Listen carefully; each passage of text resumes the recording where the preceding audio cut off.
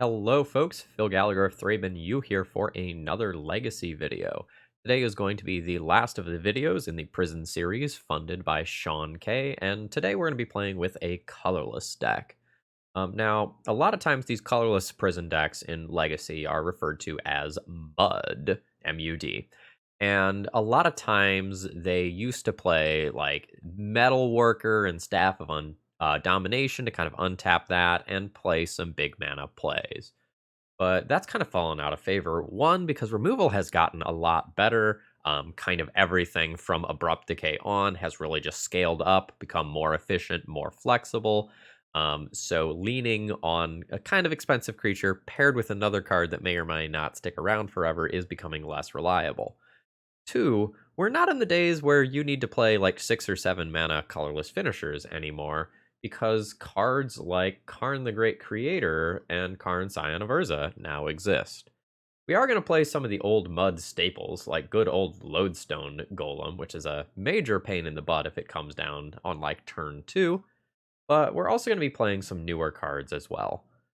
The original version of the deck list that I found only had 18 lands, and I looked at that and went, no, and added 2 more. And I kind of cut some of the top end of the curve. The original deck list had like an Ugin and the Forsaken Monument that makes all your lands produce an extra mana. But I wasn't on board with that. I wanted to lower my curve. I added in some things like Nettlecysts and some extra lands to kind of make us a little bit more reliable. Generally speaking, what we're seeking to do is use cards like Grim Monolith and Basalt Monolith that produce a bunch of mana alongside Voltaic Key to kind of launch ourselves forward and then play a ton of cards off the top of our deck with Mystic Forge. As we go and play all of these cards, we will be growing our Patchwork Automatons. We'll be making our Nettlecyst / Karn Scion of Urza / Urza Saga tokens larger as well while we are doing this, and hopefully also putting some extra lock pieces in play to make it harder for our opponents to get out of this situation. As far as the sideboard goes, the vast majority of it is just a Karn tutor package. We have a very large, very flexible tutor package here, and then ley lines, which will combo with Helm of Obedience for the games that we do sideboard those in for our unfair graveyard decks. Now, generally speaking, the big thing that we're going to have to worry about while playing this deck is Meltdown. As far as our plan,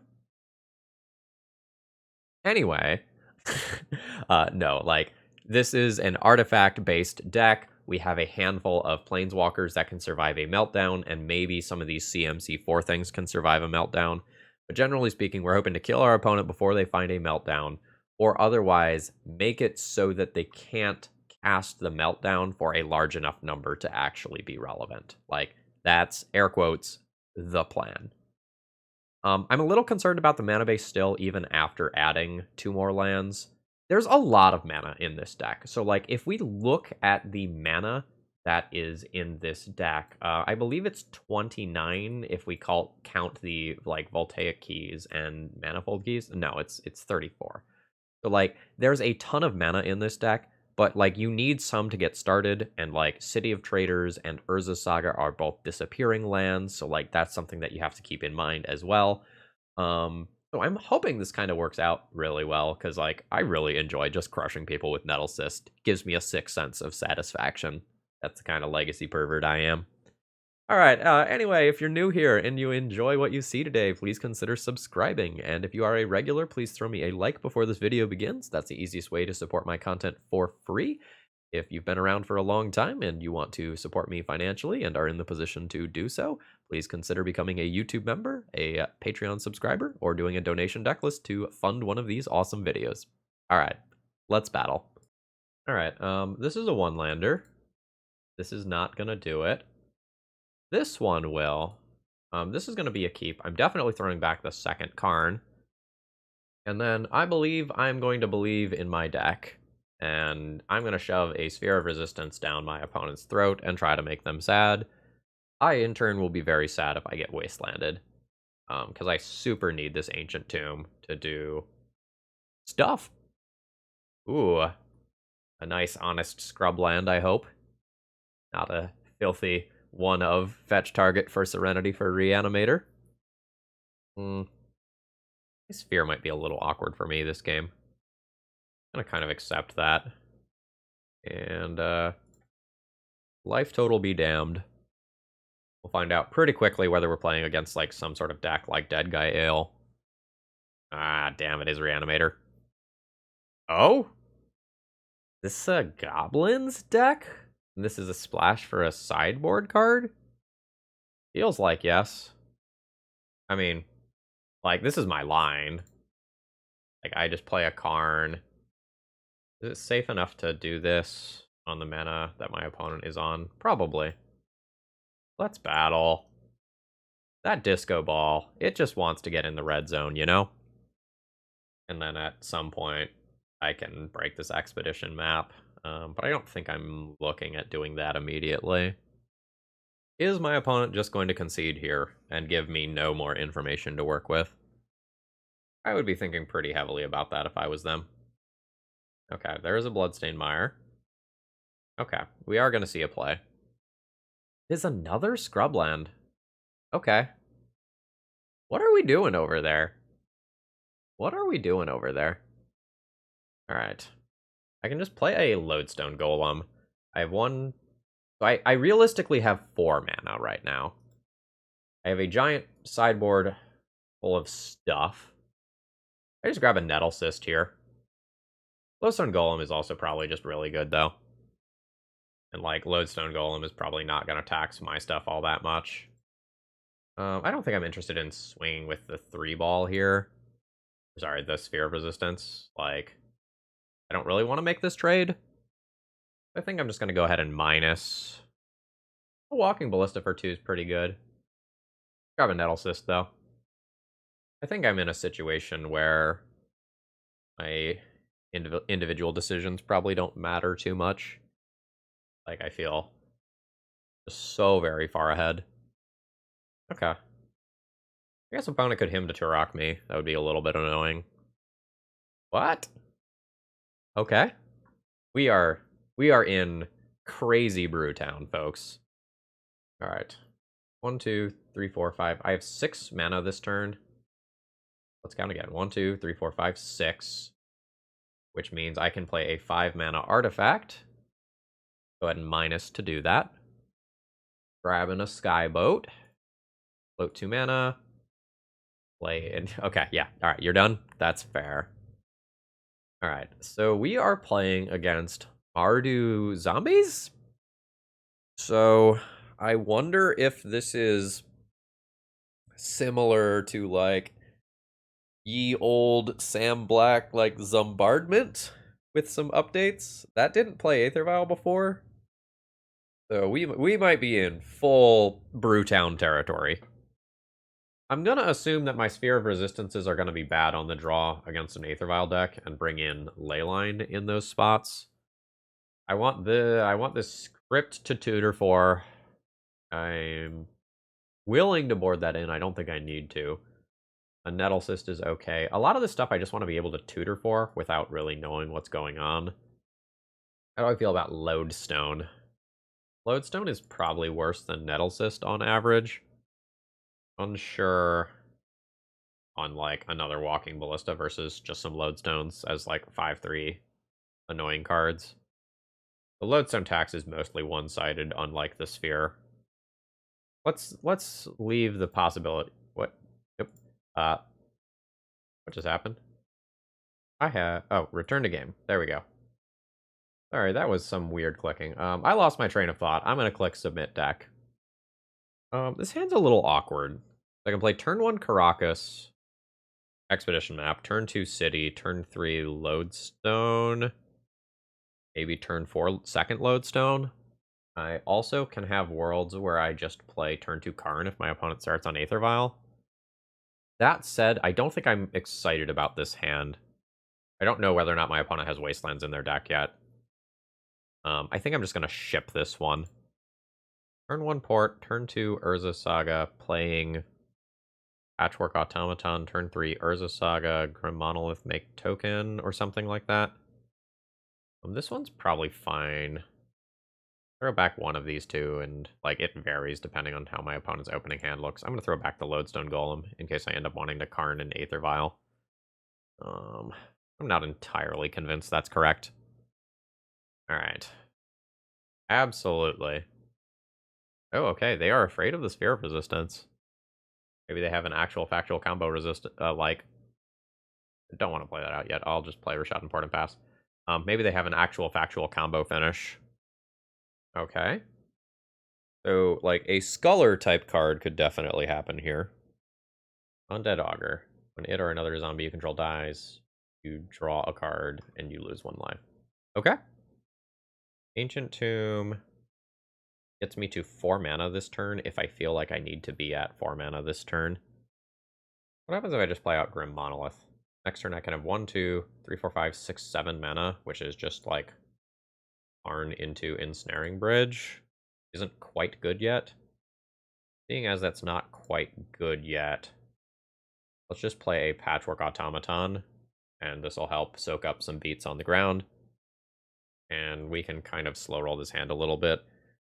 My opponent's Cabal Therapy still is able to hit this stuff, though, which I don't love. But with multiple Urza Sagas in hand, I think things will probably more or less work out in my favor. When I play Karn, I can also just, like, immediately Karn for Tormod's Crypt, clear out that therapy, protect some of my other cards. I don't know, like, maybe the Cabal Therapy is enough of a reason to play Grim Monolith into Karn on the previous turn, and just treat that as a distraction. Alright, there's a Carrion Feeder. Okay, there is the Cabal Therapy. My opponent essentially just trades their Carrion Feeder for another card off of this. That's totally fine. Alright, I lose Karn. That's okay. Like, I was planning on playing an Urza Saga game for the most part anyway. Ooh. I just Schadenport my opponent rather than play out, like, Grim Monolith. Like, play Patchwork Automaton so I could trade with this in combat. And then port my opponent off of maybe Badlands? Yeah, I think I'm into that. This isn't really how I saw this game developing. Also, do I even want to block this? Maybe I don't even want to block this. 100% of the time I just cast an... Oh, okay, not literal 100. Like, 95% of the time, I just cast Grim Monolith, play Urza Saga next turn. Alright. Yeah, I think I'm going to take advantage of the fact that my opponent's hand is... Like, the hand size is relatively large, but they've missed land drops. And, like, this forces some life loss as well, which is a little bit scarier with Patchwork Automatons in play that are going to spiral out of control given a couple of turns. Yeah, you don't block. That's totally fine with me. Alright, yeah, Undead Augur staying back on D. That's fine. Alright, so let's play this. I am fine paying the 2 life for this here. Alright, I'm fine attacking in with both of these, I think. Although maybe that's not true. Maybe I don't actually want to trade. But I think keeping the pressure up is fine. Okay. This is fine. Opponent will now sack to Carrion Feeder. Yep. Oh. That a misclick? No? Okay. I guess with the Blast Zone in play, like, that's reasonable. Okay. Yeah. I don't know exactly how opponent gets out of this pinch here. Like, they can't really remove this with Ward 2. I have a Blast Zone for their smaller plays that they can make. This is a Pain land. Alright, they have a land drop. My opponent is using white mana for a air on Urza Saga. That's fine. Like, board still favors me. I have a second Urza Saga. That can't block. I don't even think I want to blow that up. Okay, this is cool. This can make me stop taking damage from Ancient Tomb at some point. Alright. New Urza Saga. Crash in for 3 with Patchwork Automaton. Call it a turn. Upkeep. I will tap down Badlands. And if at any point I feel threatened by this Gravecrawler, I have, like, tap Grim Monolith, do Blast Zone stuff. Okay.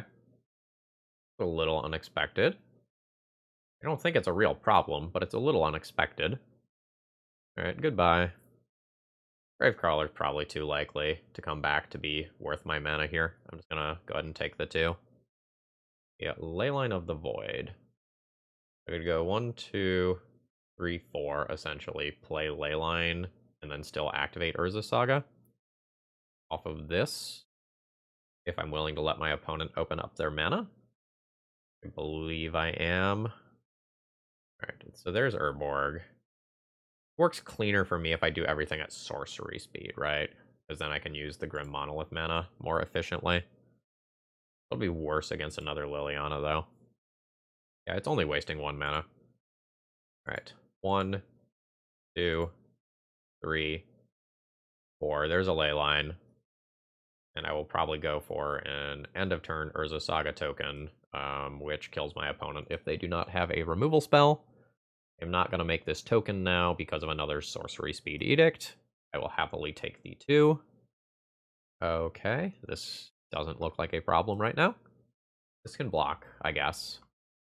The Lilianas make sense as a way to, like, rebuy these, like, well, not rebuy, like, get these things into the graveyard that can get value from the graveyard.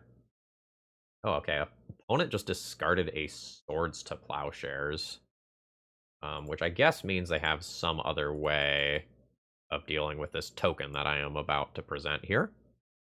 Or they think it'll just work out in combat, which I don't think is actually the case.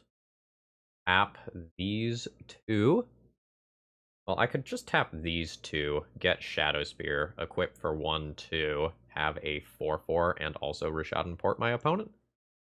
That's reasonable. Requires Ancient Tomb, right? Just redo the math. This, equip, land, yeah. Okay, that does require an Ancient Tomb activation. If my opponent has an Edict, it happens here. Okay, so they don't have an Edict. I can also just Pithing Needle this Planeswalker. So my opponent discarded Swords of Plowshares, which almost certainly means that they have another, or at least an artifact removal spell. So maybe Pithing Needle is like Pithing Needle on Lily. Just safer for me. Alright. So Pithing Needle this.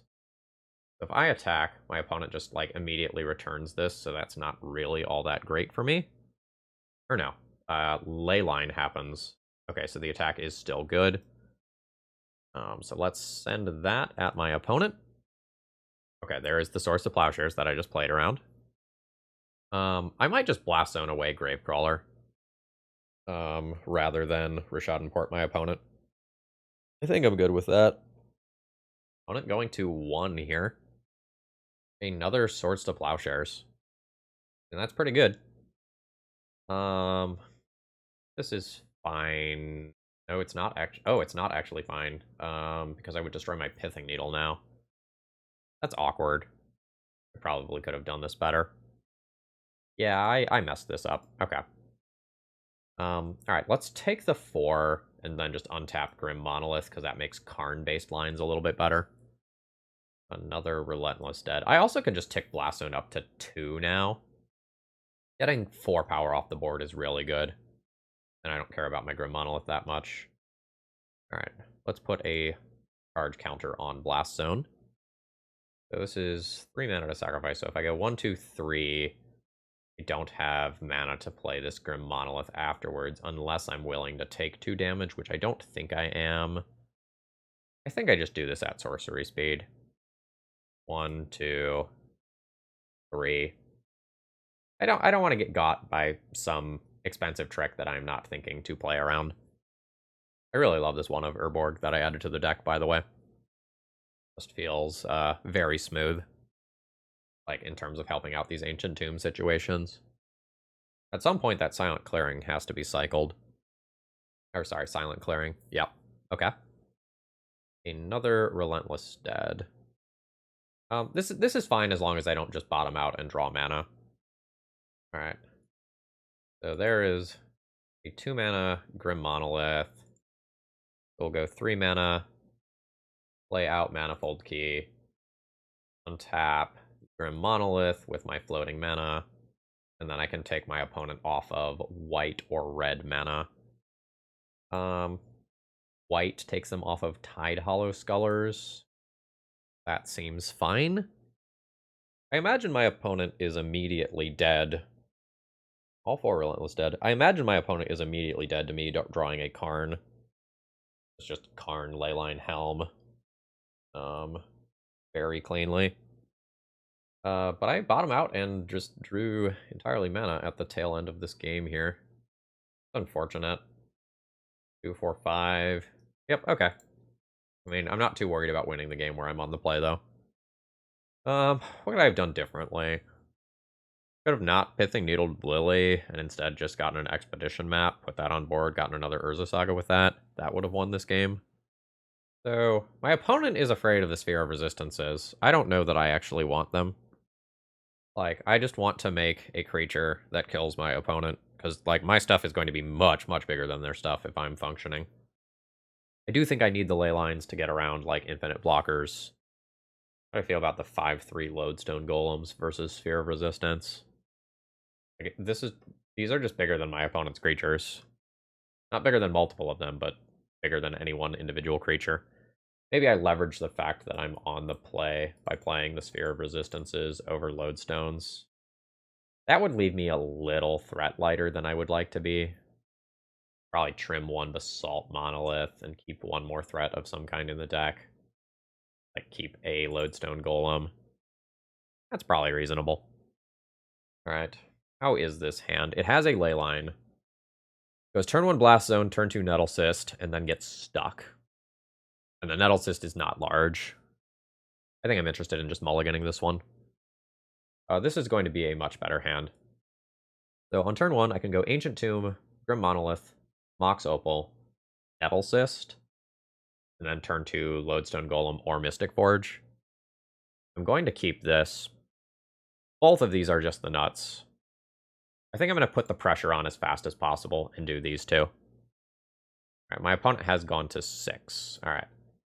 Ancient Tomb, Mox Opal, Grim Monolith. I don't have Metalcraft yet.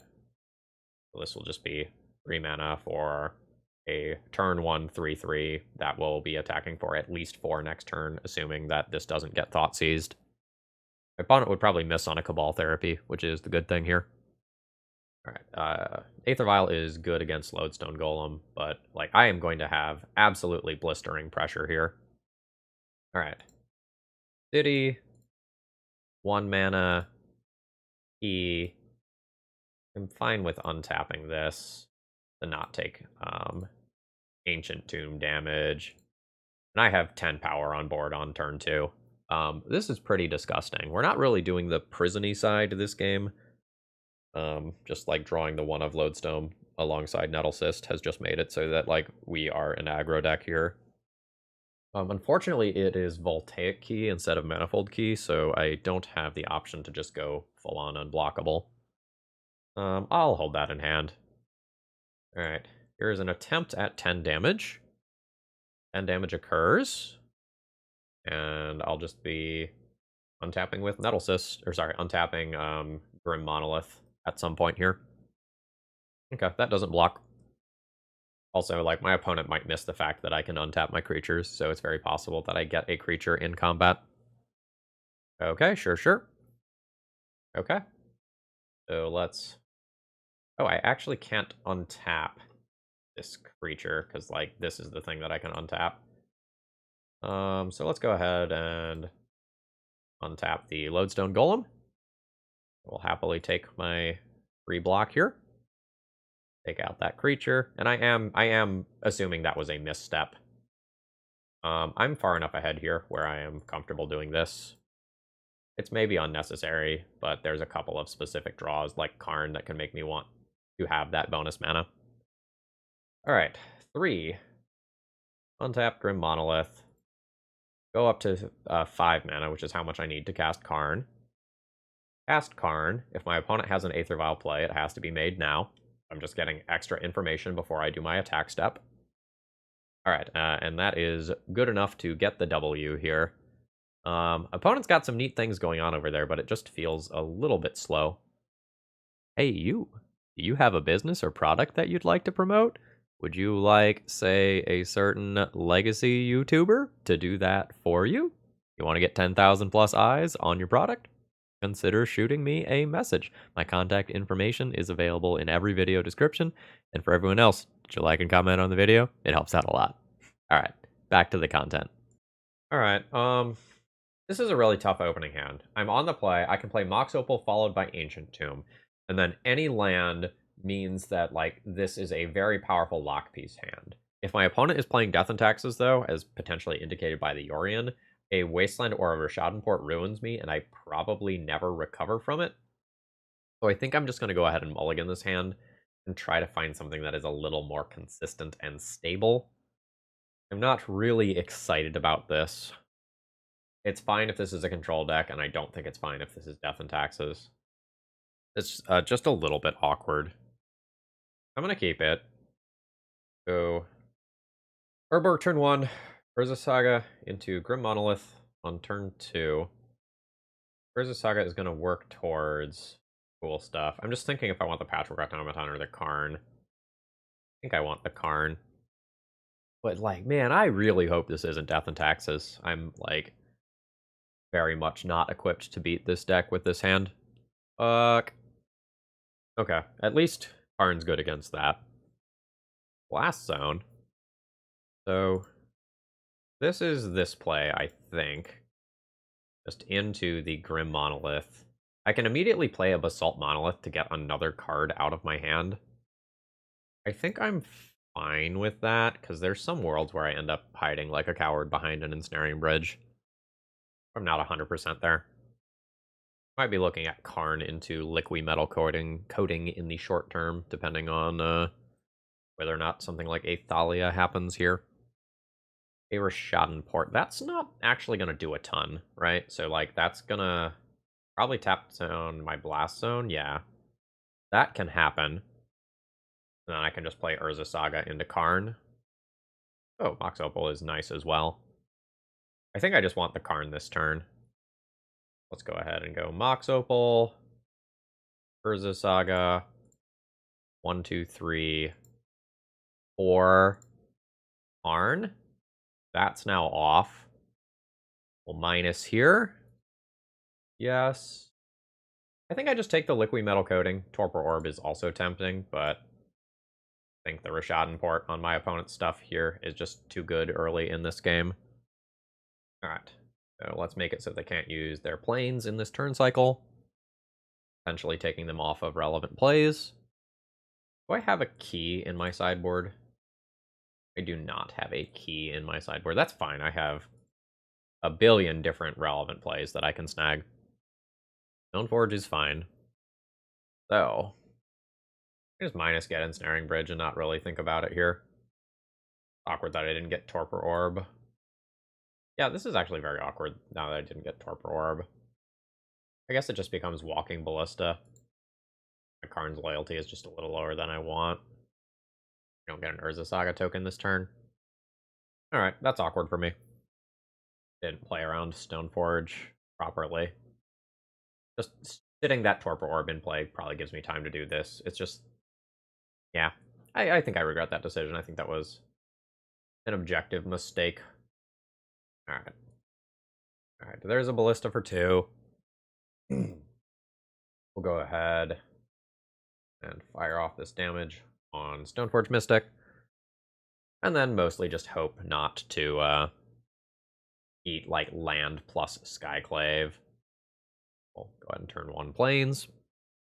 Like, land plus Skyclave plus Aether Vial activate would be pretty bad for me. Otherwise, I think I'm in a very good position. Yeah, Thalia is fine.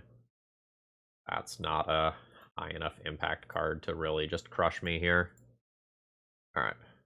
So, here's my token. This will just grab me a Manifold Key, I think. Tapping my Mana Rocks gives me a lot more options in the future. Alright, so let's Liquid Metal Coating. Attack a Plains.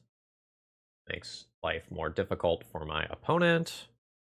Well, I guess I don't need to do this now, right? This other Mox Opal isn't free. Yeah, I don't need to do this now and then open myself up to a weird Skyclave situation. Actually, I can just untap Liquid Metal Coating and port this down. Very good against everything except Swords to Plowshares. Okay, let's do that. Alright, let's shut off the planes. Okay. That's slightly annoying, but it's fine. Like, I will almost certainly pull strongly ahead using Mystic Forge. Like, the Thalia taxation matters. Like, it's not irrelevant, but Mystic Forge is a lot of card advantage. Opponent has paused in my upkeep, so something might be about to get Flicker Wisped. Oh, Sanctum Prelate on 4 is very good if my opponent knows to do that. And they do. I can work towards blast zoning this away. Aether Vial more valuable? No, this probably is. So I can, like, untap one of these. And this is the mana required to move that up to 3. With the mana to also nuke Thalia. Or bounce Thalia out of the way. That's reasonable. I don't need an extra mana here. Stuff starts getting awkward if my opponent has Flicker Wisp to protect this, though. So we'll see where that goes. I think I just take 2 from Thalia to bounce her end of turn instead. That really only allows me to play Mox Opal next turn. No, I'll still do this. Alright, let's just take that damage. Sure. Recruiter is very good. Setting a Cathar Commando. Like a strong option. Let's put 2 charge counters on this to get rid of Sanctum Prelate. And then I will just go ahead and bounce the Thalia out of play. And we'll see where this goes. Opponent might either Rashad Port me or Cathar Commando my Mox Opal right now. Could have done it to my Manifold Key as well. Okay, they just want to force it now. I'm fine with that. Is there a world where I want to do this off of this 3 colorless mana? I think so. Opponent doesn't have the mana to play. And crack Cathar Commando. Alright, so I'll lose my Basalt Monolith here. I think that's totally fine. A Wasteland. Not that bad. It's not that good either. So I can just, like, turbo 4 mana out, play a Mystic Forge, but then I can't really get cards out of it, which is sort of awkward. Because my opponent will, like, play Cathar Commando and crack it to get rid of Mystic Forge. So I think I'm more interested in something that looks like this. Like, sacrifice this, blow up the Rashadan Port, and then put a Basalt Monolith into play. Rather than just holding up Caracas to bounce a Thalia that my opponent may or may not actually play out. Alright, there's a Basalt Monolith. I'm trying to get a couple cards, or at least 1 card, out of Mystic Forge. Now that's pretty good for my opponent, because that can get rid of this Caracas, and then, like, Thalia becomes a real card again. Yeah, I am all about pinching mana if I'm on the other side of the battlefield over there. Like, I would not be surprised if my opponent attacks for 3 and then just blows up my Basalt Monolith to just try to keep me on a single mana source. For as far as, like, Manifold Key stuff goes. But it's really hard to tell whether or not that's a good idea without, like, knowing the rest of their hand, like, where their game plan is going to be going. City of Traders. Do I want to go for an untap on Basalt Monolith and then see if my opponent cracks Cathar Commando in response? Probably. Go 3. Gonna make sure I click on the wrong thing, the correct thing there. All right. Untap this. See if my opponent bites. Okay, they do bite. My untap fizzles, but since I do have 5 mana, I still get to at least put this into play. Who knows if we'll actually get a card off of it or not? Like, there's very few hits here. Am I interested in that card? I don't think I am currently interested in that card. Let's send that away. Lodestone Golem, I may be interested in. It depends on what happens with, like, this and my opponent's mana in the next turn cycle. I am going to preemptively set a stop on my own upkeep in case I want to get rid of this card. Canonist is fine. Canonist does minimal things against me. Alright, I will take 2. So my City of Traders is going to get ported down. No? Or I have to give you priority, I guess. This is Manifold Key, untapping Grim Monolith, 4 mana, play Lodestone Golem. That's fine. It's good enough to stop some attacks. I think I'll just kind of accept this. Urza Saga is weird. Makes me lose my City of Traders. I don't think I'm interested in this card right now. I am going to go ahead and spin the wheel here. Alright. Let us untap a Grim Monolith. 4 mana, play a Lodestone Golem. I think my opponent's in a very superior position here. Like, again, going back to a mistake on like my turn 2 or turn 3. That probably just punted this game. I don't know, like, opponent had Sanctum Prelate that would have still slowed me down, and Cathar Commando is something that would have gotten rid of the Torpor Orb. That's something that scales outside of the range of my Lodestone Golem pretty quickly. I'm going to go ahead and give my opponent priority and let them Rishadan port me, and then I'll tap Mystic Forge. Don't want Inventor's Fair. I just want stuff that I can cast. The weird City of Traders. I think I just accept that draw. Play it, and then see what's on top of my library after it. Gives me more main phase mana. A Patchwork Automaton. Kind of whatever. Alright. Let's start doing the thing. Maybe I should have played City and done this first. Alright. There is a Patchwork Automaton. 3 mana. 2 of this is functional. Trigger Patchwork Automaton. Got an Ancient Tomb. I'm not super interested in that. So let's go ahead and crack an Expedition map. I already used my Wasteland. Blaststone's looking kind of hot as something that I might want to do. Not super interested in Urza Saga. Hey, look, another City of Traders. I'm going to be looking at Yorion this turn. Which is not great for me. Like, just the fact that it flies is mostly the big thing that I'm scared about here. Okay, that is Yorion to hand. That can happen at any point at instant speed. That does make my Blast Zone noticeably worse. Let's not draw City of Traders here. Like, I just want artifacts. I want to scale this up. I want to progress my game. Let's just draw this and get it out of the way, rather than like Manifold Key, untap this. Yuck. I think I want to get that out of the way. I need some new spells. Like, I need a Karn for an Ensnaring Bridge, or something else kind of hot. Alright. 2 mana. There's the Manifold Key. Gonna let me untap Grim Monolith. Sphere of Resistance is interesting. I think we're going in on it. It's just awkward. There's 3 mana for the Sphere. Kind of gotten stuck again. I have the ground stalled out okay. These attacks aren't great because of the Yorion. And there are just 3 little creatures on the ground as well. I guess let's just call it a turn. I can play out Blaststone or Urza Saga. Neither one of them is fantastic. They're not solving my current problems. This Yorion kills me in 3 turns. My opponent's going for it. Yeah, that's fine. It might not, like, they have some, like, Skyclaves, Flicker Wisp type stuff. Kind of makes sense to hold it. One reason to play these things out is Ensnaring Bridge specifically. But, like, Ensnaring Bridge stopping the 4-power Yorion from attacking is what I care about. Alright. So, I will pay the life here. Get past this card. Karn is great.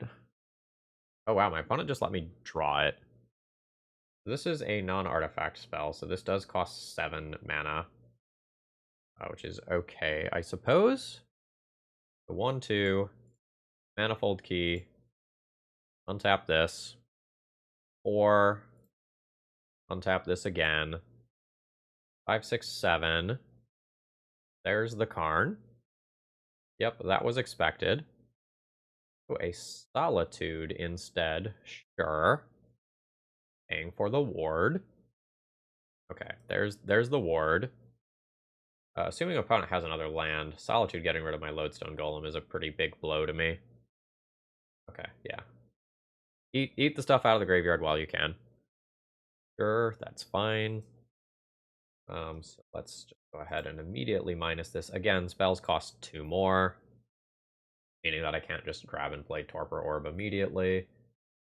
I still will just grab Ensnaring Bridge, though. I think this Mystic Forge takes me to very good places over time. And I think I am going to go ahead and start playing my lands. I've got stuff that I care about now. I'm also going to start F6ing my opponent's turns. I'm going...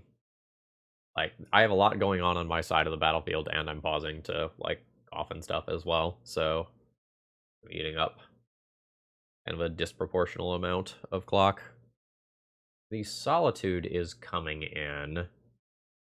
Both of these are at Karn. I want to trade for the Solitude so my opponent can't Yori and blink it later. I don't know, right now, this is keeping Yorion from being cast, but this is about to die anyway. Yeah, I think I need to block this so that my opponent can't blink it and just remove this without me getting any value out of it. Okay. I want to get rid of Ancient Tomb. Things cost 2 more. I think I'm fine getting rid of this. Like, I've got another land drop that I can make anyway. Sure. I'll use this opportunity to go ahead and untap a Grim Monolith with my ported land. Get rid of Ancient Tomb.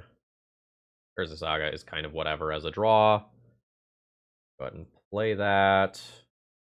1, 2, 3, 4, 5. There is the Ensnaring Bridge. I think I'll just pass the turn here. Alright. The Yorion is happening. Maybe just to reset the Aether Vial, honestly. Yep. Alright, just resetting the Aether Vial to make things a little bit easier. And F6 this turn, because I'm going to need to untap either a Grim Monolith or a Mystic Forge, depending on what exactly happens. Ooh. Skyclave is incredibly bad for me. Yep. 4, 8, 9, 10, 11, 12 damage. I have to, like, top another Karn at this point. Alright, let's untap another Monolith and take a lot of damage. Alright, I'm at 2. Life is bad. I don't think I can draw that card.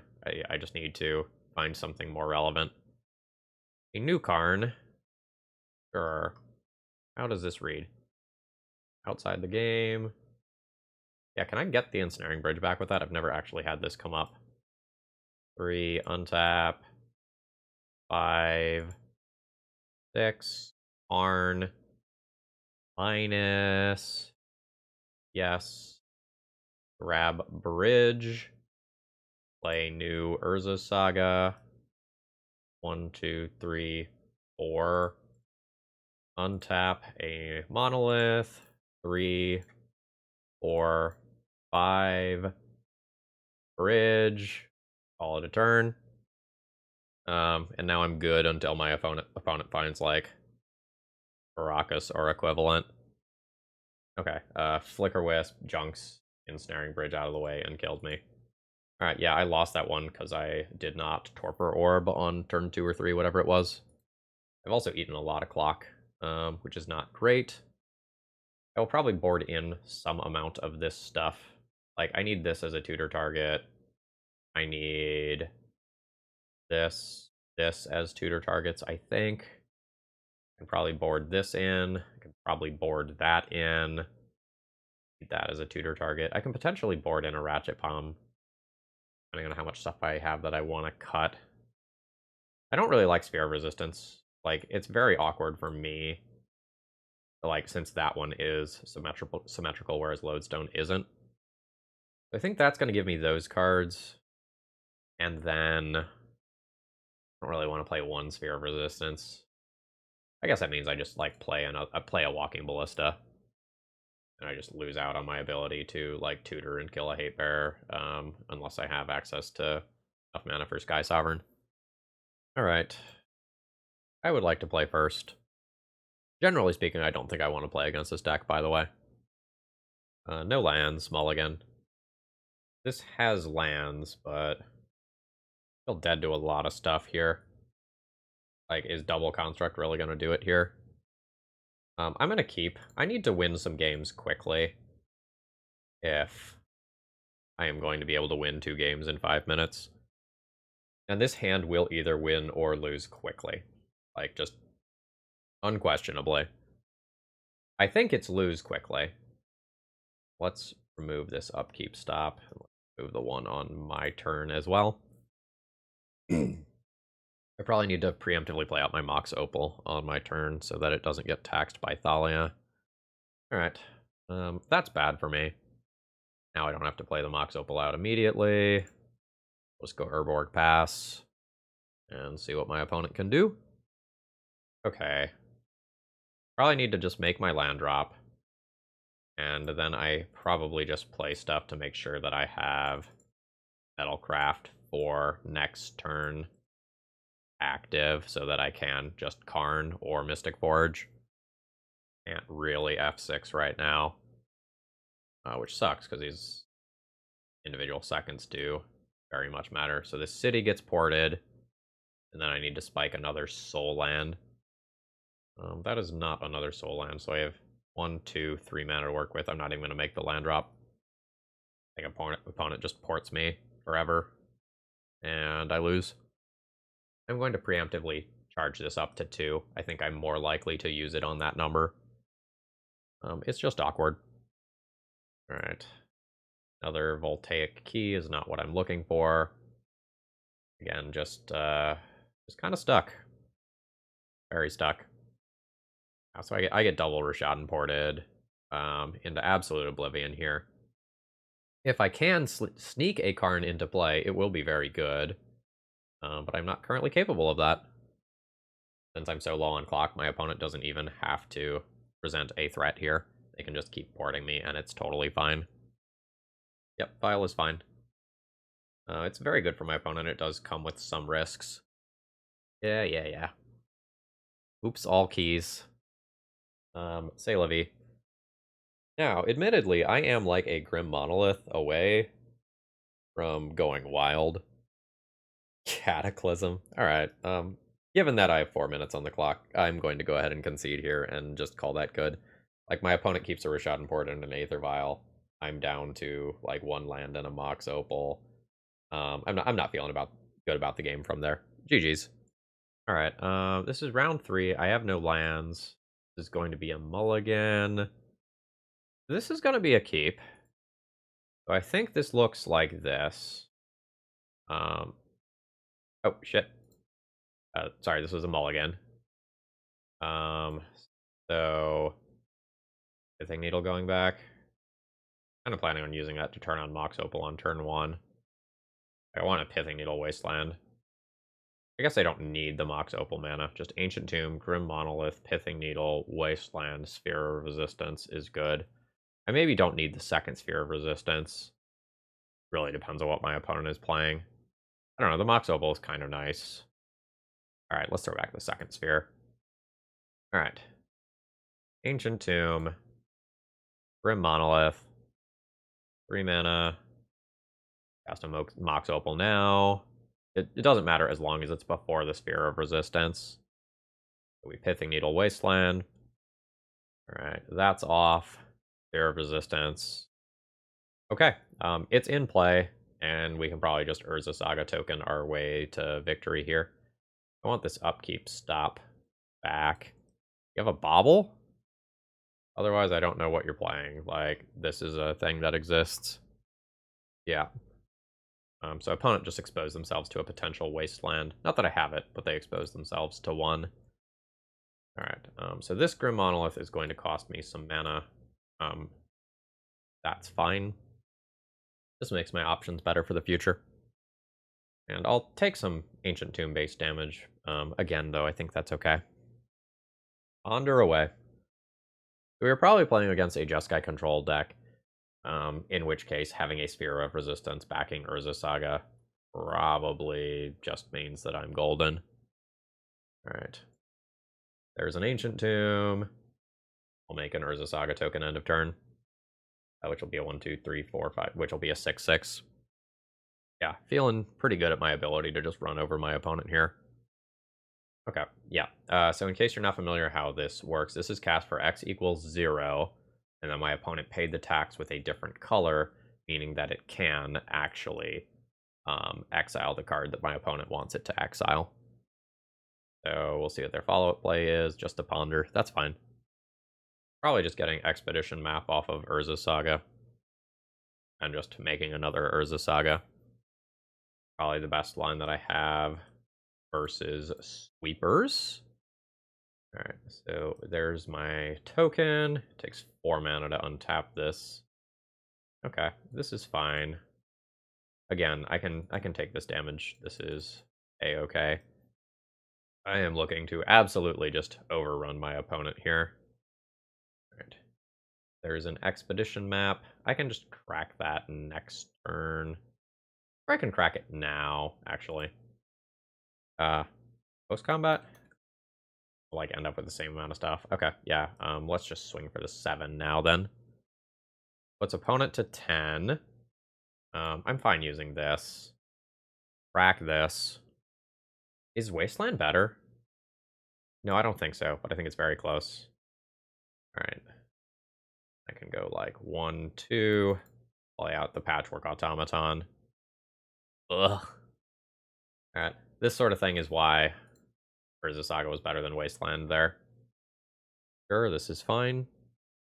I would like to find another land. Urborg in particular would be great. I'm not really expecting too many finishers from my opponents. You know, there's going to be some planeswalkers, maybe a timeless dragon, maybe a wandering emperor, things like that. But like, my opponent will have some threats in their deck. All right, what is going back? Okay, prismatic ending is going back, which can answer 1 token. That is reasonable. A sphere of resistance. I mean, that's got to be worth casting for me here. But my life total is starting to get into a little bit of a precarious situation. All right, force pitching counterbalance. All right, so we know what we're looking at. I kind of feel like my opponent has a Teferi since I put prismatic ending on top of their deck. All right, good read is good. Oh, yeah, I guess that works. So I will pay the life.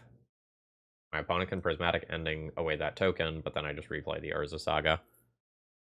So I'm okay with that. An opponent has bought themselves a little bit of time. I'll replay this. My position's okay, but this is kind of my opponent's big turn to pivot. If they can do something really strong here, like, for example, play a Jace, they are probably in an okay position. I don't think it's worth paying 4 life to untap a Grim Monolith. I'm at 8.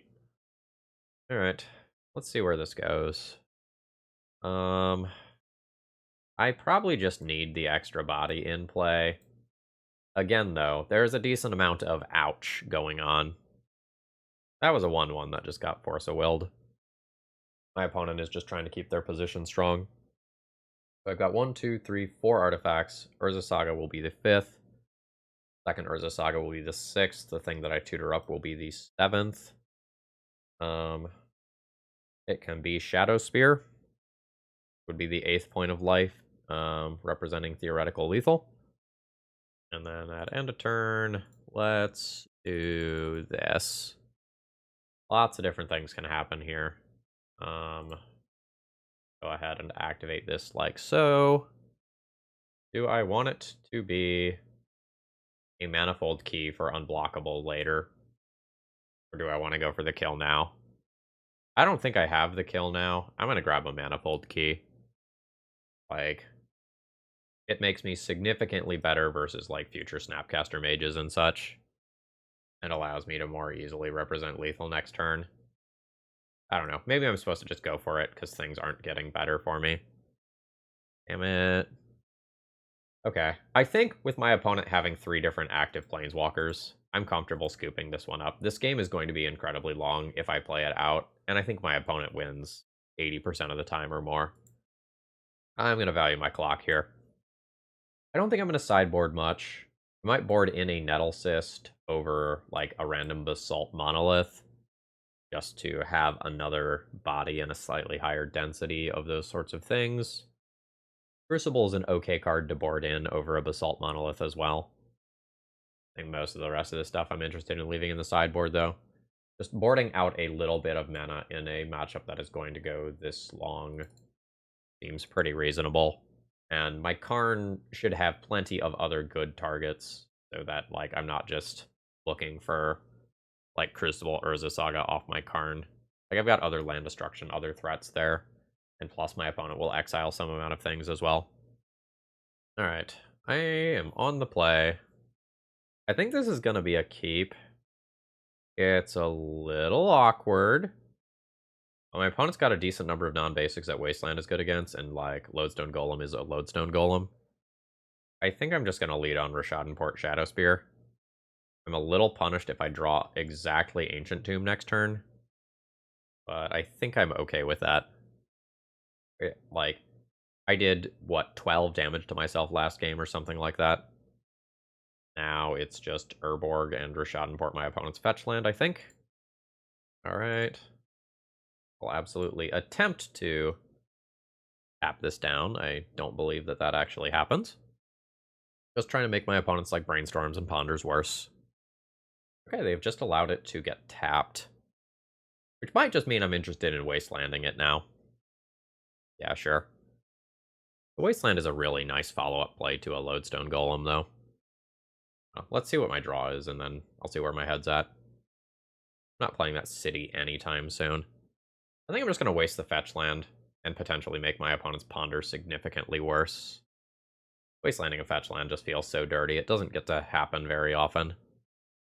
And then this actually keeps my opponent from casting most of their relevant blue spells. Alright, sure.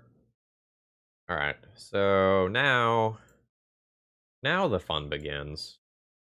I think this is just jam Lodestone into Lodestone and try to end this game, and Karn becomes the backup for if that doesn't work. Lodestone doesn't get hit by Force of Negation, which is why I want to try to cast it first. Alright, Force pitching a Brainstorm. Opponent currently does not have access to white mana. We'll see if that continues to be true. Okay, they have found white mana. We can start to look at things like Teferi happening.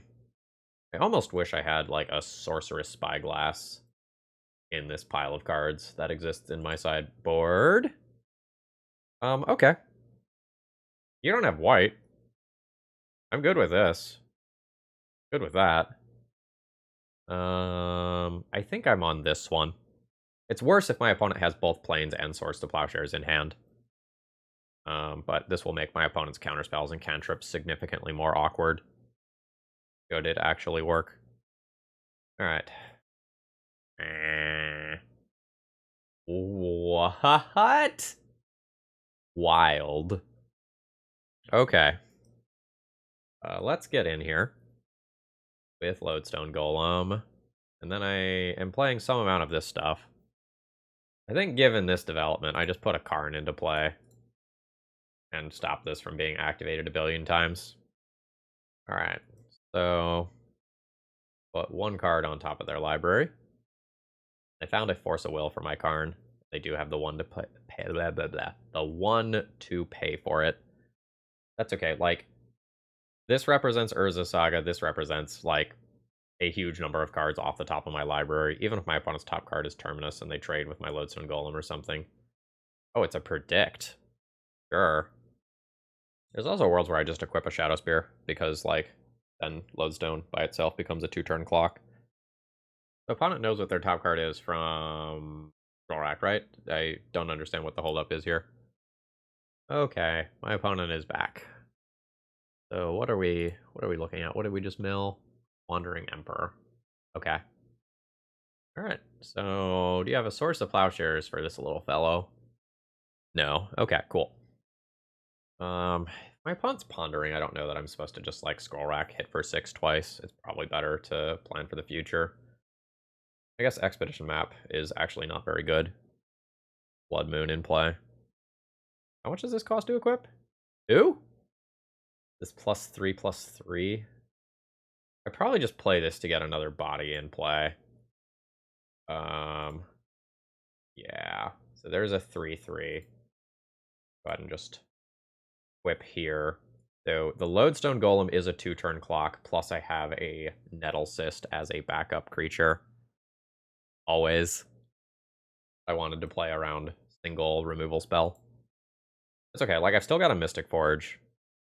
Like that will still be extremely good, and any creature can just be equipped with Nettlecyst for lethal.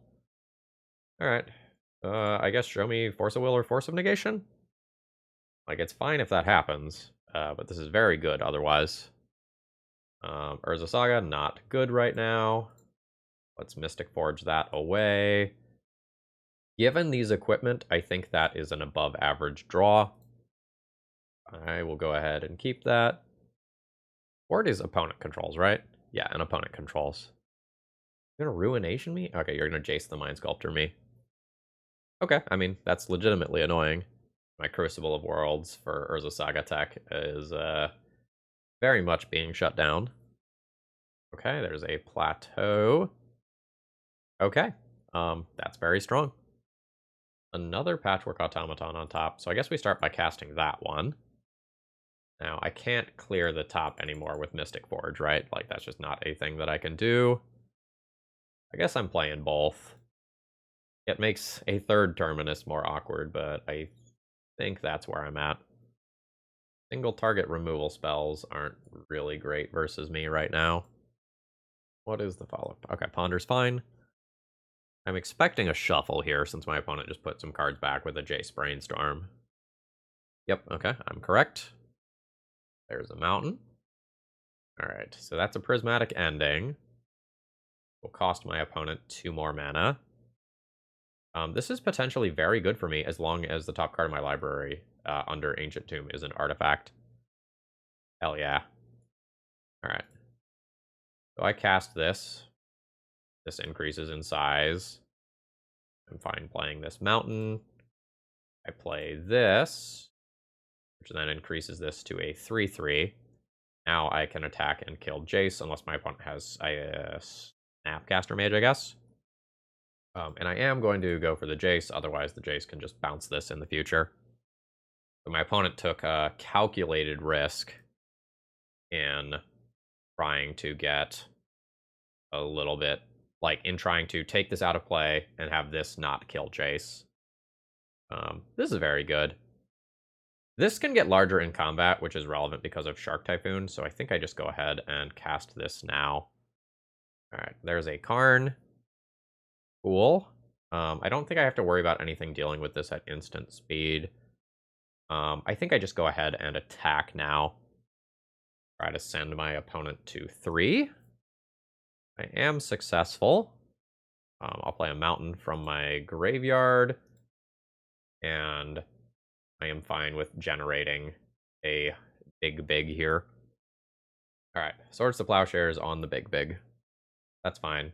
Like this small creature, like this lowly Patchwork Automaton also represents lethal here. Okay, very nice. I've just got like nothing that deals with a Stony Silence, right? Because all my stuff's artifacts, yeah. No Boseiju or equivalent here. Do I want to change anything about boarding? No, I don't think so. This hand is absolutely a keep. There will be some questions for the sequencing to play this out, but it's absolutely a keep. I don't think I play Urza Saga on turn 1. Like, I think I'm going to end up with a Nettlecyst on turn 1 instead. And I use, like, I just use these as a very slight mana boost. Oh. Well, hello there. Alright, Ancient Tomb. Tap. Grim Monolith. 3 mana. Assault Monolith. Just doing this to increase my artifact count or the size of these creatures. And Nettlecyst is totally fine. Again, not really expecting this to go all the way. I just want my opponent to use some resources on it so that the other cards that I have can clean up later. Kind of interested in not playing Urza Saga on my next turn. Like, I'd kind of like to play Karn. Ooh. That's good. It's awkward, but it's good. Makes me worse versus Terminus. Karn's hard. Lodestone's bad versus Terminus, good versus most other things. Urza Saga's good, but then I don't really use my mana efficiently for the rest of the turn. Karn's great if it resolves. because like it doesn't line up with a single card like Terminus, like some of the other things do. But that means that I probably lose my City of Traders. I think that's okay. I think I go ahead and attack and then go City Karn. The upside of like playing out an Urza Saga is that I can work towards either an Expedition map, a Pithing Needle, or even just a key of some kind. And like those things are very good. But let's just jam Karn. I think it eats a Force of Will in an absolute ton of situations here. All right, Plateau is fine. This represents Brainstorm for Terminus, while also fetching red mana for Blood Moon. Not super great versus Blood Moon right now. Alright, are you resolving, Karn? Alright, so that's pitching a Teferi. I am a little afraid of Blood Moon this turn. Stony Silence is totally fine here. So 1, 2, 3, 4. Attempt Lodestone Golem. Okay, it just resolved. I think I'm going in for my damage here. This means I lose City of Traders. This allows me to play out the Shadow Spear and just get one more damage in this turn. And now we see if I get Terminus right here. Yep. I've got to, like, play out the Urza Saga to play around this, though. Okay, cool. Fine with playing out the other Ancient Tomb here. Like, my opponent's under a lot of pressure. I think this Urza Saga beats them in a whole lot of worlds. Dress Down would be super good for them. Like, blue land plus Dress Down can answer both of my Urza Saga construct tokens. Okay. That does not do what my opponent would probably like it to do. So, end of turn construct token. This works out very well for me just in terms of like raw mana here. So I will make my thing. It doesn't really matter what I get. I guess I will get Pithing Needle. That has an effect through Stony Silence. Name our little small Teferi. Go 4 mana. Cast a Karn, Scion of Urza. I think I just plus this. Like, I can minus and hit my opponent to 8, but like 8 versus 7 isn't that big of a deal. Making another construct doesn't super matter here. Alright. Opponent goes to 2. I'll just plus Karn. Those are good cards. Those are good cards. Yeah. I just don't want to, like, minus this Karn and then eat, like, yet another Terminus. My life total's kind of low, by the way, just as an aside. Double Ancient Tomb is a hell of a drug. Alright, opponent's not scooping yet. I want to send these sideways and make them do a thing. Send them. Like, show me, like, Dress Down. Okay. So that's a Predict, which can get Terminus. Okay, it did not get Terminus, so I believe that is Curtains, because my opponent can, like, Swords to Plowshares 1, and then just be dead to the other one. Alright, there is the match. Opponent has revealed their hand. Wandering Emperor just not quite fast enough here. Good stuff. What's my record now? We're 2-1. Okay, I will be keeping this hand. And I think I'm just going to start on a couple of Sphere of Resistances. And we'll see what happens. I may be supposed to play out Grim Monolith just to increase my artifact count here. But in worlds where this doesn't resolve, I want to have the flexibility to do different things with that Grim Monolith, I think. Alright, it's resolved. I'm basically scared of Wasteland right now, and most other things don't really perturb me much. Why do I talk? Why do I record games of Magic if this is just gonna happen to me? Oh, cruel and miserable world. Life got really awkward. Whatever. Like, there's worlds where my opponent doesn't cast a single spell this game, so... Ooh, we're playing against presumably humans? Oh, we're playing against slivers. Alright. Second sphere. Is that what I want to do? I don't know. I'm kind of interested in just, like, playing out a Mind Stone, stabilizing my mana, and potentially playing a Lodestone Golem following turn. The really awkward thing here is that if my opponent has an Aether Vial, I give them an opening to resolve an Aether Vial, which is a huge problem. But I think if I play the second sphere, like, my mana is just terribly awkward for the rest of the game. Note, there are some upsides to playing a Grim Monolith here instead. I don't think I'm going to do that. Because, like, it doesn't really help me multi-spell. I don't know, maybe I'm supposed to. Like, the Grim Monolith makes it 100% likely that I can play a Lodestone Golem next. Alright, do you have the Vial? Because if you don't have the Vial, I don't care about your 1/1 creature. Oh wow, they don't. They have a hand of 2 drops. Cool, cool! 2 mana. Play Urza Saga. Oh, maybe I'm supposed to play the Grim Monolith last turn. 5 total mana. That'll be Lodestone Golem. And I can just ride, like, my 2 taxation effects to victory here. Ooh, it's blue slivers. Sure, wasn't super expecting that. Like, it's a thing, but only about half of the sliver decks actually play the forces. Alright, do you have your next land drop? If you have your next land drop, 2 drops can start to happen, like lords can start to happen. Okay, opponent has a lord. I have another land. Who is making the bigger creatures? Are my artifact creatures going to be bigger than my opponent's creatures after 2 or 3 turns? It's going to be close. I can play another sphere and just have 1 Urza Saga token instead. I think I want 2 Urza Saga tokens. Like, the other spheres will make some of my, like, artifact mana and other top decks of that nature not great. I think I'm looking at Shadow Spear as the thing that I'm getting, especially now. So I'm going to take 2 from this attack. I'm at 16. And end of turn, I'll go ahead and do this. So I can choose to get a Mox Opal and Rishadan Port my opponent. That's pretty respectable. Let's leave that line available. So these are 4/4s, about to be 5/5s. Without my opponent wastelanding me, which I don't think they currently have, hard for them to do a lot.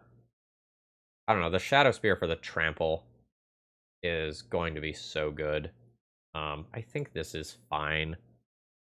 It's possible I'm supposed to tax more, but like if I lean further into this taxation role and then like my opponent wastelands me or something, it could be very awkward. I'm not convinced that I am playing this game correctly. Like, my lines aren't bad. Like, let's clarify there. My lines are not bad, but things can get awkward. Yeah, like if I had ported my opponent there, they could still make their first strike sliver. So I just need to increase my artifact count. If I increase my artifact count, my attacks are going to very quickly become better than my opponent's blocks. The way that I best do this is by playing Grim Monolith. Makes everything into 6/6s.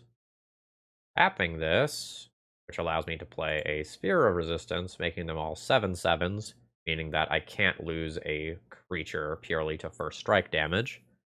And my opponent can't let both of these through, or my opponent dies. Oh shit, they had Force of Will. Again.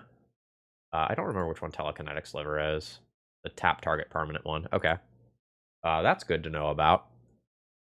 Okay. So if I attack in, I deal my opponent 6 and I lose a creature. That probably means I slow my roll. So my opponent can probably play out one more thing. First strike sliver is real good here. A crystalline? Okay, that is a crystalline sliver. They now have Shroud. My opponent has 2, 4, 6, 7, 8, 9 first striking damage. Not the best for me. Oh, really? Yeah, I didn't think you could make an attack there. All right. So here's a land drop. I have 1, 2, 3, 4 mana available to me. 2, 4, 6, 7, 8, 9. Make these into 8/8s. Really awkward that I can't play this Lodestone Golem. I would really like to do that. Like, is this just a Basalt Monolith turn? I don't know. Like, playing the Sphere of Resistances makes it harder for my opponent to play Lords that scale them up. You know, it also just makes my mana situation much worse. Wait, I can go 4 mana for Basalt Monolith, right? 1, 2, 3, 4 mana for Basalt Monolith. Into 3 mana for Sphere. That's probably fine. 4 mana. Tap. 3 mana. These are 8/8s. Again, 2, 4, 6, 7, 8, 9. So we'll just chill. And next turn, I probably have good attacks. Well, maybe good attack, rather. Fear resistances usually don't do much work in creature matchups, so this is a little odd. Alright, opponent's got another land, so they can play a 2-drop Lord. That's something that I didn't really want to happen, but here we are. Alright, there is a Predatory Sliver. I'm also in danger of just dying to a single attack from my opponent. So this is 3, 6, 9, 12. This is 16 damage. This is a lot of first strike damage. I think I'm dead. 3, 6, 9, 12, 16. I'm dead if my opponent can play another Sliver Lord. My opponent has 3, 6, 9, 12, 16 first strike damage available. Situation's not great. Stuff has Shroud. Like, I'll just work towards having some more mana. But yeah, I think this is just barely not going to work out for me. Okay, there's another land drop. That's probably good for me. Okay, that's another first strike Sliver. Looks like opponent is thinking about 2-turning this. I mean, I can't block. So that is occurring. I'll gain my life. 3, 6, 9, 12 first strike damage. Unblockable? How much does this cost?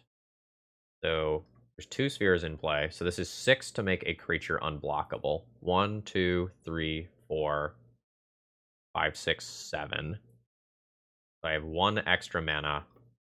I am 1 mana short from doing what I need to do here. I'm going to recount. 1, 2, 3, 4, 5, 6, 7. Manifold costs 3, leaving me with 4 mana. I get an unblockable. Damn. Okay. Are there other ways this works out? 3 mana, play Manifold Key. Attack with both constructs, have opponent mess up in combat. So, 100% of the time my turn involves this. I am 1 mana short from my air quotes win. It wouldn't be a literal win. 1, 2, 3, 4. Alright, more mana hasn't magically appeared. I guess I didn't think about Inventor's Fair lines. Did I mess up an Inventor's Fair line? Actually 5 mana to tutor. Yeah, then I can't play something like this. Alright, so I need opponent to mess up. That's not the thing that I want to play towards. But I think it's where I'm at. I think my opponent messing up is more likely than me finding something off of Mindstone that gets me out of this situation. Alright, send him. Yeah. Okay. Alright, I put my opponent to 3, and then I think I'm, or, well, actually, no, I put him to 4, because my other creature dies first. Okay, so I am dead. Let's draw the card off Mindstone just to see what it would have been. A Karn. Yeah, that doesn't do anything there. Alright, GG's. Yeah, there were a lot of decision points early on in that game that mattered.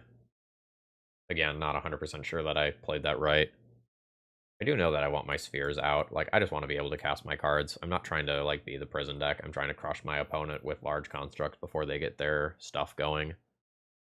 Ratchet Bomb is fine. I'm fine with boarding in a Walking Ballista as an early to mid-game removal spell. Fine with boarding in another Nettlecyst. Need one more thing to fill the slots. Crucible? Crucible's probably never good enough to tutor for, but is a, like, medium minus draw. I could also just, like, board in the Sky Sovereign as something that I could just, like, draw and play it as a removal spell. Like, this probably is turned off as a removal spell from Karn, just because it's too slow. Alright. This hand's pretty underwhelming. Like, it's got some controlling elements, but I don't see murder and death in that hand's future, so I'm going to ship it. This hand is similarly not great. This is a turn 3 Mystic Forge. Let's try to go... God, disappearing land problem. What is this for me? This is a 5. Ain't great. On 5, I maybe keep this and pray that it works out, pitching the Salt Monolith and I guess the second Grim Monolith. I don't know, like, the Patchwork Automaton is not great. I'm gonna empty out my artifacts pretty quickly. I'm gonna keep the bonus mana and see where that goes. Unfortunately, like, on a mull to 5 with double disappearing lands and no, like, super immediate artifact payoff, I think I'm in huge trouble unless I draw a soul land. I think a soul land here like, just catapults me forward. Got an 8 in 55 chance at that. Alright. It begins. And unfortunately, I whiffed on the soul land. So that means my turn looks like this. I can go 3 mana, untap this. I can go up to 5 mana, just play a Lodestone, or I can play another Grim Monolith and just get that into play. That might be the line. So 5 mana, Grim Monolith, down to 3 mana, play this with 2 floating, and then hope to do some cool stuff. Like, this might slow my opponent down enough that I can do something. This is a pain as a land, because it means that, like, my opponent can activate this, so I can't actually attack with the Lodestone Golem right now. Alright, so let's go 1 mana, untap a Grim Monolith. This is the one that's about to disappear. That's fine. I'll just let that happen. Yes. Let this other one go. And just Pithing Needle that Mutavault. Kind of interested in another key here. It makes my top deck significantly better. Shadow Spear is not bad either for the trample. In case my opponent Pithing Needles, I think I'll grab a Voltaic Key. Alright. I will go 3 mana, untap a Grim Monolith. This is non-artifact spells. I'm fine going ahead and doing this. Then activating my Urza Saga. Alright, so I've got a 7/7. Again, this Lodestone Golem can't attack. Does a first strike, and Mutavault is all creature types, so it is a sliver. I think I'm probably okay for this game now. Minus some sort of, like, Harmonic Prodigy nonsense in future turns. Oh, I drew the Pithing Needle. That's kind of weird. Alright. 3 mana. Use one of that. Just untap one of these. I'll go ahead and make my token. Expedition map is fine. I think I'm just going to grab Shadow Spear. Seems very good with what I've got working with right now. Just 3 mana. Untap this. 5 total mana. Go ahead and Pithing Needle Mutavault. And I will go ahead and equip on this construct. Now that Mutavault is Pithing Needled, I feel fine about the Lodestone Golem attack. Okay, yeah, makes sense. So the Sphere of Resistance effects are doing better against my opponent than I expected, but they're worse on the draw when my opponent can just drop Aether Vial. I still think my plan is outsize my opponent's creatures. So I don't think I'm going to board them in. I did win that one in like a Molda 5 or 4 or something like that. Turn 2, Grim Monolith, 3 mana. Grim Monolith, 4 mana. Karn, make a 3/3. I can play Basalt Monolith as well. Karn makes a 4/4. That's okay. It's not great. It's okay. Comes very good if I draw a key. Comes very good if I draw a soul land. I think I just accept this hand. It's not amazing. I think it's good enough. Like, I have a good number of draws that just let this hand pop off very quickly. You've got your first strike sliver. I've got a Blast Zone. I don't show that immediately. I'll show, like, Inventor's Fair or Schadenport. Show her Schadenport. Yeah, Blast Zone will threaten to maybe, like, 3-for-1 my opponent. Really depends on what they've got going on. Yeah, not getting Wastelanded, which is good. That's one of the things that I'm scared about the most. That's just 2 mana. Null Rod. F. That was not something that I was anticipating. A reasonable sideboard card for the metagame. But I wasn't really ready for that. Can't really take that out of play, unless I use my Blast Zone. I think I'm just Rashad importing my opponent here, and hoping to buy some time to get to my planeswalkers. My planeswalkers will be significantly worse without the artifact mana to kind of catapult their utility forward. But hopefully my opponent like kept a land light hand and I can get some time. Nope. I now expect that this one is a loss for me. Like, I can be wrong, but this is going to be snowballing pressure, and my hand that went off on turn 2 just like got stopped by their turn 2 on the play. Narrow sideboard hate card. 4 mana.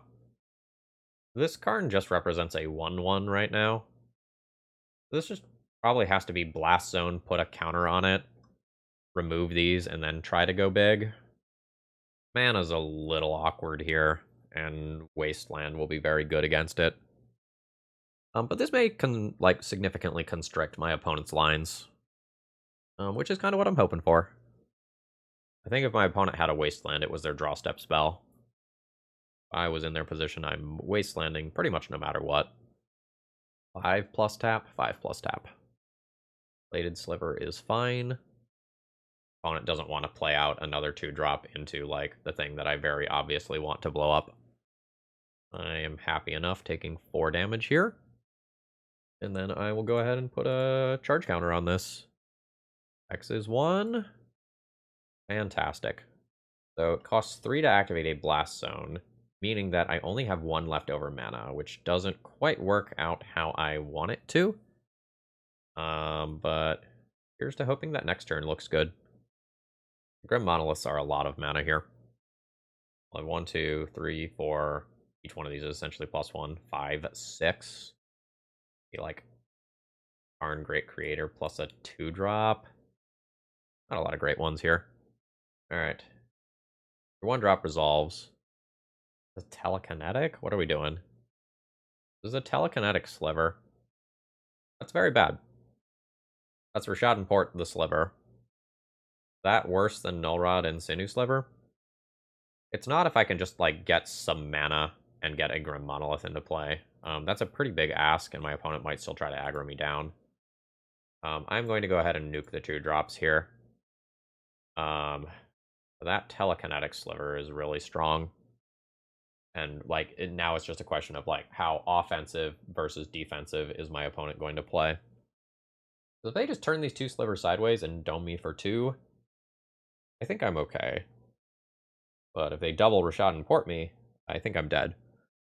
Similarly, though, if I pay 2 life, go down to 9, or sorry, I would still be at 11.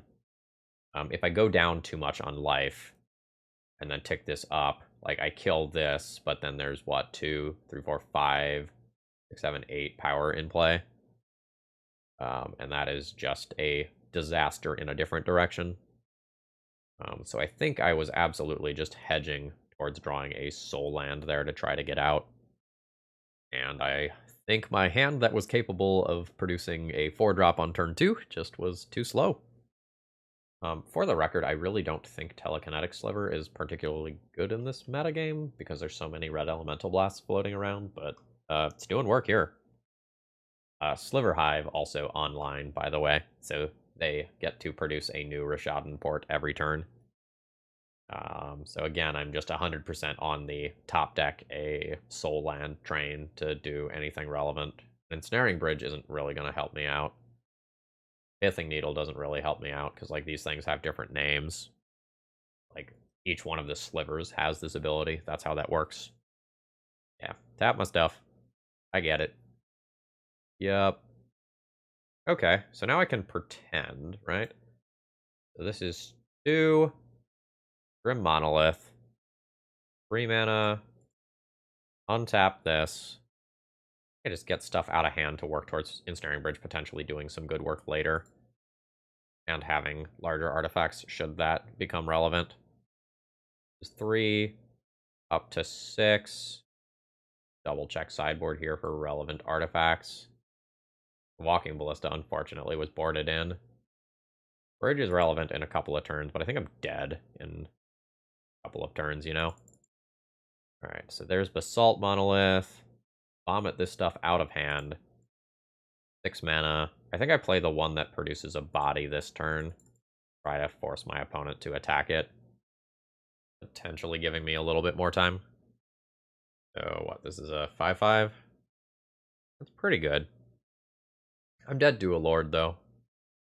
Okay, opponent remembered their Sliver Hive. So life is awful. Like, my opponent can tap this down and kill the Karn if they want, or they can tap it down and hit me for most of my life total. Or they can just, like, tap down my mana sources and try to continue that route. Really awkward for me that so many of their creatures are just, like, 1-power creatures as of right now. That means, it's so much harder to get an Ensnaring Bridge-based kill here. Oh shit, did they find a Lord? Because if they just top-decked a Lord, I am just objectively dead. Yep. Okay. I will go ahead and concede here. We got absolutely trashed by Telekinetic Sliver. GG's. Alright.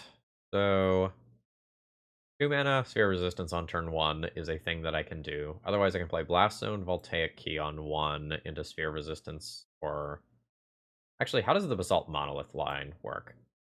1 key, 2 Monolith, 5 total mana. Is Mystic Forge on turn 2? Alright, it's a little awkward. I think I'm going to be pretty susceptible to Wasteland. And pretty susceptible to a counter spell. So, given that I've said that, we're obviously playing against Blue-Red Delver. That's how it works. Okay, it's not Blue-Red Delver. This Thoughtseize takes my Sphere of Resistance, though. Pretty much whatever we were playing against, turn 1 Sphere of Resistance was going to be good against it. Actually, if this is Grixis control, they could take my Basalt Monolith instead. But, okay, yeah. Generally speaking, when I see, like, Underground Sea into a piece of discard as an opener, I, tend to think that I am going to be playing against a combo deck. Alright, 3 mana, untap Grim Monolith. This 5 mana, Mystic Forge. Not want that. Get rid of that. Try to find just anything castable. We're looking to get towards a Sphere of Resistance or a Lodestone Golem. I'll take a Patchwork Automaton. Like, in no world is that my ideal draw or anything, but I'll take that. I'm probably going to not draw that Blast Zone.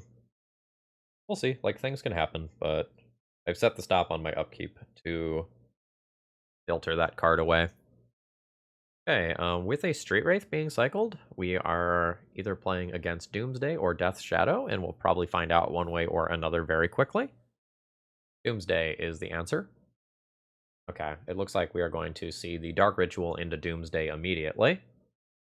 My opponent can probably just build a pile that beats a Sphere of Resistance. Karn would be cool, I guess. Like, Karn shutting off artifacts could mess up my opponent's lines. Alright, my opponent tanked for a very long time, and then produced their Doomsday pile. Get rid of Blast Zone. There are worlds where I can just string together enough artifacts this turn to just kill my opponent with Patchwork Automaton. That's a good start towards that. This is just mana positive, so I will just go ahead and just cast this now. Expedition Map actually gets me Wasteland. That's actually very strong. It's just 3 mana. Play an Expedition Map. Ooh, a Karn the Great Creator as well? Ooh. So let's go ahead and Voltaic Key this. Untapping it. Assault Monolith is mana neutral. So I should really play that at some point. Patchwork Automaton is up to a 4/4. So now it's a question of, like, how did my opponent build their pile? Guess I can take a look. So there's 2 Lotus Petals here. Not an Ideas Unbound pile. Look at my sideboard. Do I have any niche things in my sideboard that are good here? Probably not. Like, my opponent didn't build the LED pile. Don't know my opponent's exact deck list to know how many Lotus Petals they're working with. If I play Karn and then hit Mox Opal, or equivalent, can just do more things. Or a key. Maybe that means go for that line. I don't know. Like, the Wasteland's so good. This is very difficult. Played both these this turn, so I can't just, like, get in with them for damage. This gives me a shuffle. I'm going to go ahead and take my shuffle here. Grab the Wasteland. City of Traders, not great. Wasteland my opponent's Underground Sea. Crash in for 4 and see if my opponent can kill me through Wasteland. The answer is no. So, let the record show that if I were in a tournament that mattered, I would have sat down and mapped out my opponent's like exact cards and figured out what my play was. Like, look up a couple of recent Doomsday lists, especially one of their lists, see how many Lotus Petals are in there. But I think it's too much of a pain in the butt to do for a league where I'm trying to dedicate my brain towards entertaining you all. Actually, how much mana did I have on that turn? Because if I had 6 mana when I was able to cast the Karn, I think I had 5. If I had 6, I was supposed to grab Torpor Orb. I think I had 5. Okay, what is coming in? Nettlecyst might come in just as a less expensive threat. Torpor Orb is something that I either board in or it's just my, like, incredibly good tutor target. I think it's my incredibly good tutor target. I think this is the thing that wins me the game off of Karn Great Creator. I think I just value the speed here of Nettlecyst over a Karn Scion of Urza. Although Mystic Forge might be worse. I'm gonna think about that for a second. Yeah, I think I'm gonna keep the threat, actually. Like, Mystic Forge is for grinding. This is not about grinding. It's about reducing my opponent's life total to 0. This matchup feels hard for me. Not impossible, but the game on the draw just feels rough. What this hand do? City, 3 mana, Grim Monolith, into Mindstone and Sphere of Resistance on turn 1. This is an awkward hand. Becomes very good if I draw more lands. But this might be an average enough hand that I just ship this. What did my opponent do? My opponent has mulliganed. It's also worlds where I just play a Sphere of Resistance. Alright. Like, this has a turn 1 Sphere of Resistance if my opponent doesn't Thoughtseize me. Like, I'm going to take that as good enough. Like, awkward things can happen here. Okay, it is a cantrip. A Daze is going to be very good against me. But I don't think my opponent had those. They didn't, like, take a screenshot of their deck, which is something that I should have done. But that's okay. Alright. City. Hold on. Do I want to Grim Monolith? 3 mana, down to 2 mana, or down to 1 mana to play Mindstone, then 2 mana Sphere? Yes, I do. That's why I was doing that. I just kind of went on autopilot for a second there. Right. 3 mana. There's the Mindstone. 2 mana Sphere. And my opponent's been pausing after my spells like they have a counterspell. Alright, there is Force, pitching Force. Next turn I have 3 mana showing. Any spell is really good. So I can, like, play Karn, Gunk Lotus Petal, or alternatively play Lodestone Golem. Probably play Karn first. Karn representing... opponent's stuck on mana. I, too, am stuck on mana, unfortunately. Now we have an awkward game, where I try to Patchwork Automaton my opponent to death. And then I will go ahead and play a Pithing Needle. I'll yield to this, and now the question is, like, do I shut off Street Wraith or do I shut off Polluted Delta? Assuming this even resolves. Yeah, I would have dazed that as well. Alright. I've got a 2/2 in play. And this is going to be touch and go. Like, opponent can, like, Dark Ritual Doomsday. But they didn't have that last turn. Personal Tutor. That gets them the Doomsday. It may be very difficult to cast if I draw a land, though. Alright, come on, land. Fuck yeah. 2 mana. Sacrifice City. Yeah. I think I play Karn and just destroy the Lotus Petal. Because in a lot of worlds, I can draw a 1 mana land next turn and then just play Lodestone Golem as the follow-up. Like, this guaranteed takes out a mana source. Get rid of Lotus Petal. And next turn, Karn minuses, gets Torpor Orb, and I think I'm good at that point. Like, given that I have a Lodestone Golem in hand, that can be future disruption. think it'll be pretty hard to win from there. Like, opponent's cards here have to be, like, Land, Dark Ritual, and Doomsday. Just bam, bam, bam. Okay, that is the concession, which means we end up with a 3-2 in this league. Overall thoughts on the deck list? Very medium. Like, Patchwork Automaton was kind of whatever in a lot of the matches. We didn't, like, vomit cards and just grow this to a 10-10 very often. It often ended up, you know, kind of being more in the, like, 3 or 4 power range, which sometimes was exactly what I needed, admittedly, and the ward did come up a couple of times. But generally speaking, I felt like my hands were really inconsistent. I'm very glad that I bumped up the mana count. Otherwise, I think I would have had a lot of trouble playing this on 18 lands. And it's possible I still don't have enough because of like the spheres and lodestone golems making some of my own stuff cost more. But I just didn't feel like this was quite as powerful as, say, 8cast, which is doing similar things, but like also has Force of Will for interaction, Emery for grinding. Like, their Emery, which is one of their ways to grind, costs 1 mana, whereas my Mystic Forge costs 1. So I just kind of feel like this is, like, not quite there. Like, this was a lot of fun to play, and the lines were really interesting. One of the losses might have been my fault. Like, I very much, like, willing to admit that. But I didn't feel like this was like objective raw power. I felt like this was pieces working together well, kind of like with Death and Taxes.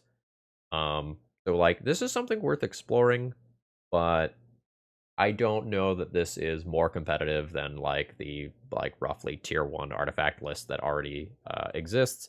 And if you're gonna take like hate like Meltdown relatively commonly, like we saw Null Rods and Stony Silences during this league, if we're gonna be taking that caliber of hate as splash damage, like might as well play the better version of the similar style. Anyway, folks, I hope you enjoyed. If you did, please click the like button on the way out. It helps a lot. I hope you have a great rest of the day. And if you want to mess around with this deck list, or you want to get one of your own videos on the stream, one of your own decks on the stream, I do the videos, all that information is available in the video description. Have a great rest of the day. See ya!